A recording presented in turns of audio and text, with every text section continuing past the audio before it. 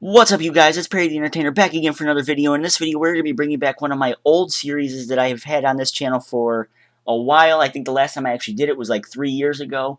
I figured, it was on the iPod at first, but then I lost my iPod, and then my camera started screwing up. But we're going to try this on the desktop for now. Of course, I have the iPod right here as a backup in case we want to do something new next week. But for right now, I want to see how the desktop works, and we will just go from there. And if you guys don't know what I'm talking about already, it's not the WTF series, although I am planning on bringing that back sometime very soon.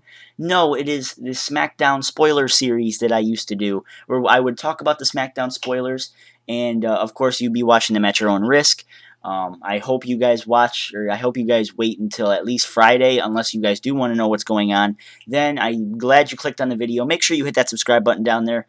Make sure you know when all episodes are coming out, and go down there, smack that subscribe button, smack down that subscribe button, ironically.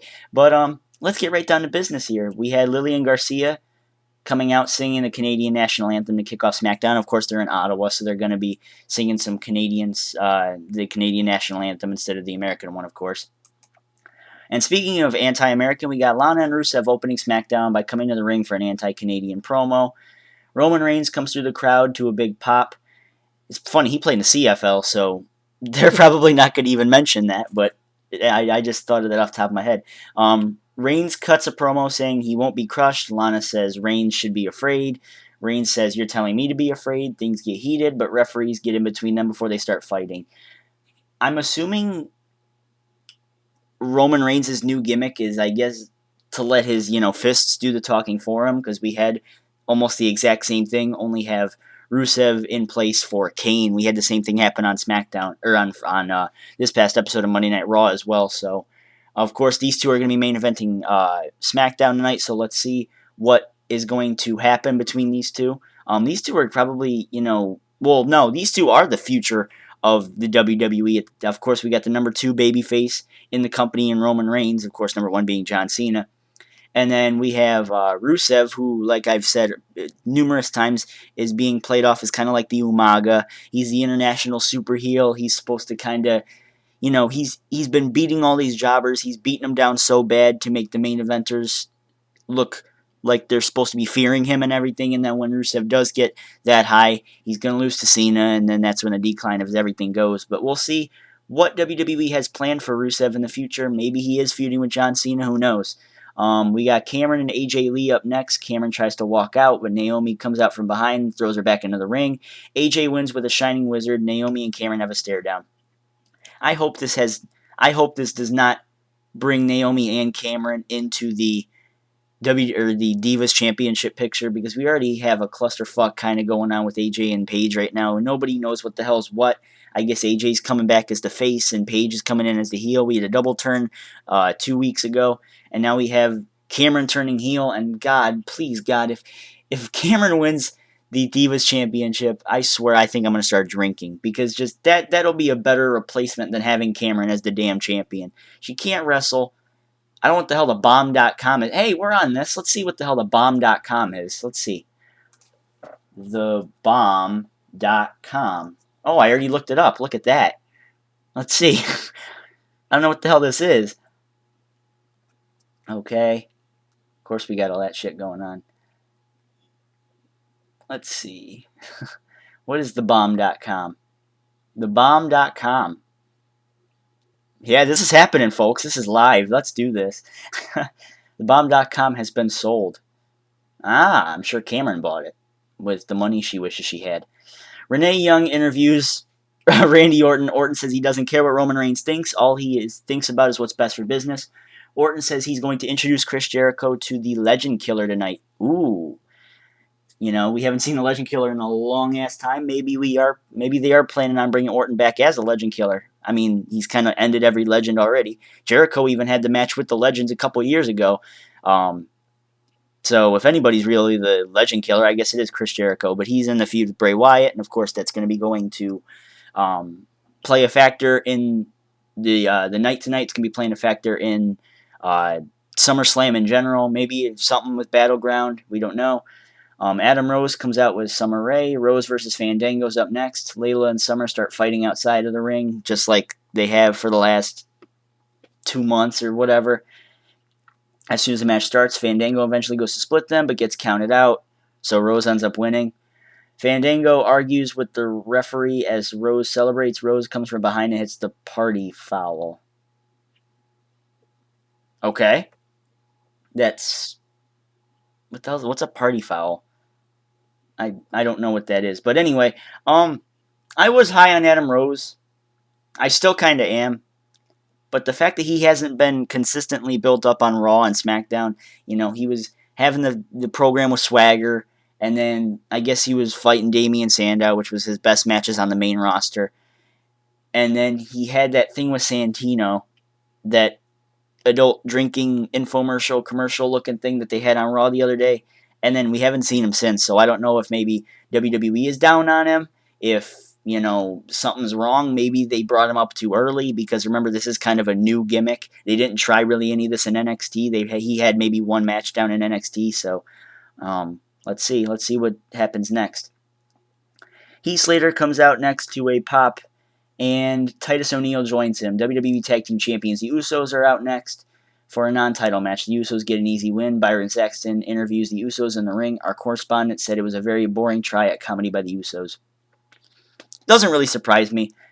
And the only reason it doesn't is because I've been saying numerous times on my Twitter, at the PTE show, I'm sure it's going to be on the screen somewhere, I'm sure it's going to be in the comments or in the description somewhere, but something about the Usos is missing. And I don't know, because I liked the Usos when they had Tamina back in like 2010 when they debuted, but then something happened along the way. Maybe, I know it's not because they're faces, trust me, but something's like growing, like something's like stale. Something just tastes bad. It's not, I don't know what the Usos are missing. The Usos are missing something. And, I don't get it. I really don't know what it is. I mean, of course, they're probably going to have some sort of other match with the Wyatts coming up at Battleground. Maybe some sort of stipulation added to it, like I don't know, maybe an elimination, something. But let's keep going. Chris Jericho comes out to a big pop after his entrance. Bray Wyatt appears on the screen and gets the whole world in his hands chant going on. Randy Orton is out next. This is described as a really entertaining match. The match ends with Jericho hitting the lion salt as he pins Orton. The Wyatt family graphic flashes on the screen. Orton takes advantage of Jericho being distracted and hits an RKO for the win. Of course, they're going to have Orton look strong here. They had Orton look strong on Raw, too, when he beat Dean Ambrose. They're going to make Orton look strong so that he looks like he's actually a threat to John Cena in the WWE World Heavyweight Championship match at Battleground. So it's understandable that they are going to be using faces, big faces like Ambrose and like Jericho right now, who are in big feuds. Of course, Ambrose with Rollins and Jericho with the Wyatt family. They're going to use them to kind of get Orton over. Maybe not. I can understand why Orton. But Kane, I think, is the guy that they need to start building up, because he looks like a bitch every week. I hope something happens and, Kane somehow, rises up from the Phoenix ashes, all that stuff, But, let's keep going. Layla versus Summer Rae with Fandango as a special guest referee, a rematch for Money in the Bank. Yawn. Summer kisses Fandango and Layla does, causing Fandango to dance. So he danced because Layla kissed him, or because both of them did? We got like a threesome here? Are we going to have a threesome in the ring? Fans hum Fandango's theme and they keep dancing. Summer and Layla both attack Fandango. The segment ends with Fandango sitting on the stage in disbelief as Layla and Summer have apparently decided to team up now. They show off and dance. I knew something like this was going to happen. I think I even tweeted something about this during Money in the Bank. I said something about this, how they should just team up. It's probably how it's going to be ending. Hopefully this ends the soap opera drama crap, because I was sick and tired of watching that every week. Maybe we're going to see Lay Cool back, Lay Ray or Summer Lay, or I don't know, maybe something. We might see Lay Cool. Maybe we actually might see Michelle McCool come back, and she might be like jealous or something of Summer Rae. Have Summer versus Michelle with Layla, and then rebuild Lay Cool. I think that'd be pretty cool. I think it'd be pretty cool to see. Odds of that happening, though, because of The Undertaker, probably not. Goldust defeats Ryback. Curtis Axel and Cody Rhodes were sitting at ringside. Cody Rhodes gets reaction from the crowd throughout his match. Ryback attacks Goldust after the match, and as he is about to hit Shell Shocked, Cody Rhodes blows the Goldust, the gold stars, that stars shit, in Ryback's face. Why are they trying to make Ryback look so stupid? They're making him look so vulnerable. These guys, I swore these guys should have been tag champions already. They're entertaining. Well, Ryback's entertaining. Curtis Axel's just kind of there. And they've just been used as jobbers to get Cody and Goldust over. As the Dust's family now. Like, what the hell? Are they going to bring frickin' Dusty back and be like Gold Dusty? I don't know. The American Dust? I don't know. I don't know what's going on here, but it looks like it's a waste of time. Like, really, I don't understand why they're treating Cody Rhodes like this. Maybe to try and revamp the Brotherhood, see if that gets, why they're giving him this name Stardust. I don't know. I can't.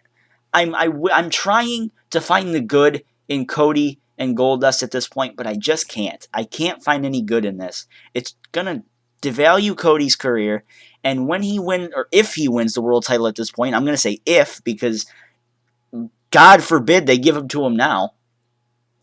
If he wins the championship, they're gonna be looking back on this, and they're gonna be like, wow, what a joke you were 2, 3, 4 years ago when you did. So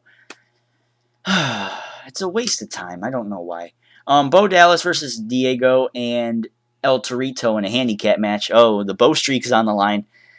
Bo pins Diego for the win and then attacks Torito, laying him out with the running Bo Dog. So they're keeping up the Bo Dallas being a heel because apparently he's been getting over kind of as a babyface. People have been liking him when he was really supposed to be hated. He's a heel, so they had to have him do something. So since beating up women is kind of out of PG, they have him beat up on a midget. Or they have him beat up on bullfighters and his little bull.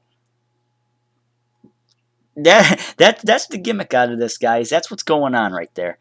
Rusev versus Reigns in the main event, said to be a pretty good match. Rusev dominated most of the match, of course, because we would all think that, Rusev would be still looking strong.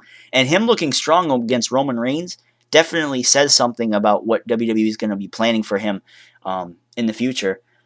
Reigns hits a Superman punch and was about to hit the spear, but Randy Orton attacked from behind, causing the match to end in DQ. Rusev hits a super kick on Reigns and is about to crush him when Lana stops him. They leave. I think they should have just had him crush him. I think that would have been just a lot cooler. Just to kind of have Rusev end SmackDown on top. Because then imagine what that would do with the Rusev-Jack Swagger feud. Because we all know that the reason Swagger couldn't show up on Raw this week was because they were in Canada, they were out of the country, and Jack Swagger's legal problems didn't allow him to do that. So they had Zeb Coulter do that little promo in the middle of the match. Why it was in the middle of the match, I don't know. They had that done instead, and I think they should have just had Rusev kind of end him. Of course, they can't have Jack Swagger come out and save Roman Reigns, so that would have made more sense. Maybe have, Orton and Rusev versus Roman Reigns and Jack Swagger. I think that'd be pretty cool. That'd be cool to do on like a main event or superstar. No, not superstars. Main event.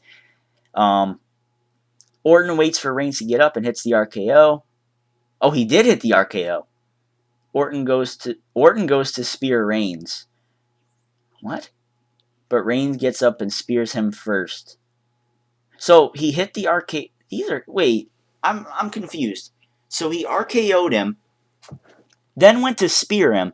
So you're telling me Roman Reigns probably got up from that RKO in about 1.5 to 2 minutes so that he can get up and get ready for the spear. As he's running, Roman Reigns hits him with the spear.